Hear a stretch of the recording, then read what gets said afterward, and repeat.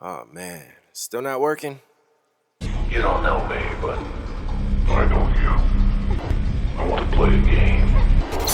Alright, so first things first, go into settings, and then if you go down to the controller, you'll notice that it says controller version 1. After all this time, we're still on version 1. Everything that's highlighted in blue on the controller diagram, those are all the keys that you can actually change, all the buttons you can change. You can't change all of them, but yeah, that's what you can change. And then of course, looking at the other settings that you have for the controller, these are all the things that you can change in regards to your controller settings. If your controller is still not working, when you hook it up to your phone, go down to language and make sure that your language settings are on English. If you're using a different language, it may not work, but if you change it to English, this might actually make your controller work. This is like a big thing that one of my subscribers, one of my viewers found out.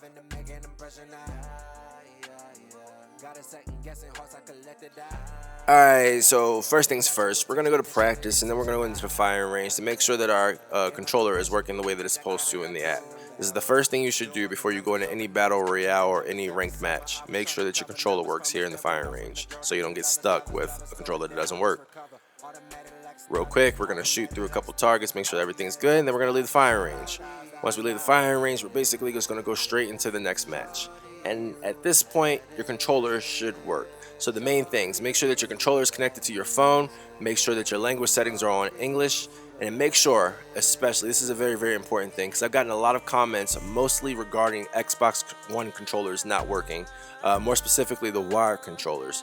Make sure that you're using a PlayStation branded or Xbox branded controller. But like I said, certain Xbox controllers just will not work with this app. They may work with like Call of Duty, but with Apex Mobile, not so much. So the big things that we're all looking forward to in the next controller version is the ability to change all the keys or all the buttons on your controller.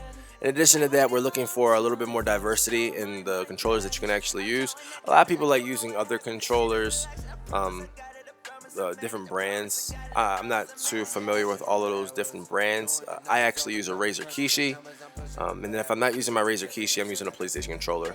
I don't have an Xbox, never used an Xbox per se, unless I was at my friend's house. So as far as connectivity and how things work with iPhone specifically, I don't know so much.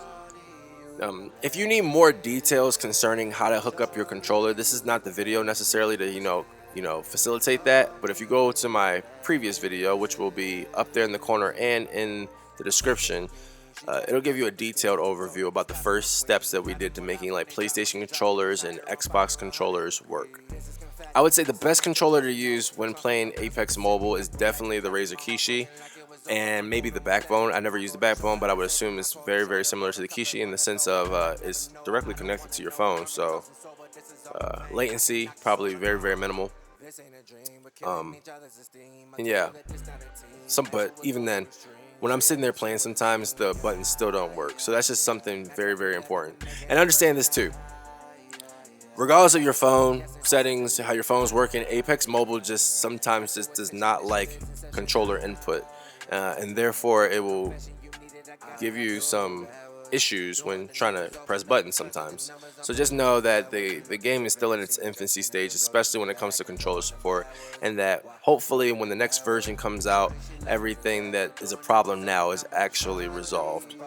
But yeah, so hopefully this video helped y'all out. I try to do this real quick, letting y'all know the new things, and like I said, it's making sure your controller is connected, making sure you're on English language settings, and then going into the firing range before you go into a match.